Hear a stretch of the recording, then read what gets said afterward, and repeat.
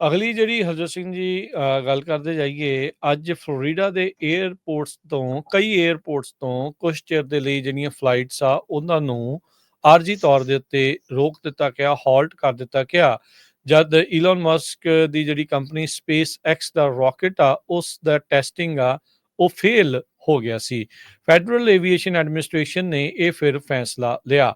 ਇਹ ਸਾਲ ਦੇ ਵਿੱਚ ਦੂਸਰੀ ਵਾਰ ਹੋ ਚੁੱਕਾ ਆ, ਜਦ ਸਪੇਸ ਐਕਸ ਦੇ ਟੈਸਟ ਫਲਾਈਟ ਦੇ ਦੌਰਾਨ ਜਿਹੜੀ ਸਟਾਰਸ਼ਿਪ ਆ ਰਿਜ਼ਲਟ ਹੈਗੀ ਆ, ਉਹਦੇ ਕਰਕੇ ਜਿਹੜਾ ਇਹ ਨੁਕਸਾਨ ਪਹੁੰਚਿਆ। ਇਹ ਜਿਹੜਾ ਰਸਤੇ ਦੇ ਵਿੱਚ ਹੀ ਐਕਸਪਲੋਡ ਕਰ ਗਿਆ ਤੇ ਉਸ ਤੋਂ ਬਾਅਦ ਦੇ ਵਿੱਚ ਜਿਹੜਾ ਮਲਬਾ ਆ ਉਹ ਹਵਾ ਦੇ ਵਿੱਚੋਂ ਡਿੱਗਣਾ ਸ਼ੁਰੂ ਹੋ ਗਿਆ।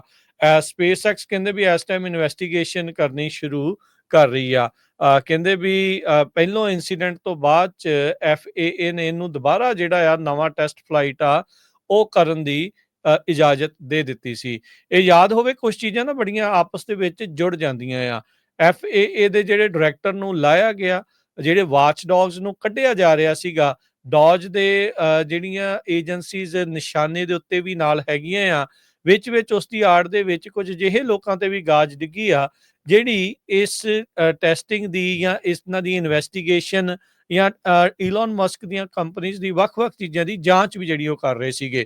ਸੋ ਜਦੋਂ ਬੰਦੇ ਨੂੰ ਉਹਨਾਂ ਨੇ ਕੱਢ ਦਿੱਤਾ ਤਾਂ ਇਸ ਨੂੰ ਫਿਰ ਹਰੀ ਝੰਡੀ ਦੁਬਾਰਾ ਟੈਸਟ ਦੀ ਮਿਲ ਗਈ ਤੇ ਇਹ ਟੈਸਟ ਵੀ ਹੁਣ ਦੁਬਾਰਾ ਫੇਲ ਹੋ ਚੁੱਕਾ ਆ। ਸੋ ਇਹ ਹੁਣ ਇੱਕ ਹੋਰ ਨਵਾਂ ਜਿਹੜੇ ਚਰਚਾ ਹੈ ਇੱਥੇ ਜਿਹੜੀ ਉਹ ਛਿੜ ਚੁੱਕੀ ਆ ਕਿ ਈਲਨ ਮਸਕ ਸਿਰਫ ਤੇ ਸਿਰਫ ਆਪਣਾ ਕੰਮ ਕਰਾਉਣ ਖਾਤਰ ਕੁਝ ਲੋਕਾਂ ਨੂੰ ਜਿਹੜਾ ਉਹ ਕੱਢ ਰਿਹਾ ਆ। ਪਰ ਇਹ ਇੱਕ ਦੂਸਰਾ ਫੇਲੀਅਰ ਸਾਲ ਦੇ ਵਿੱਚ, ਇਹ ਤੀਸਰੇ ਮਹੀਨੇ 'ਚ ਦੂਜੀ ਵਾਰ ਸਾਲ ਦੇ ਜਿਹੜੇ ਇਹਨਾਂ ਦਾ ਟੈਸਟ ਫਲਾਈਟ ਆ ਉਹ ਫੇਲ ਹੋਈ ਆ।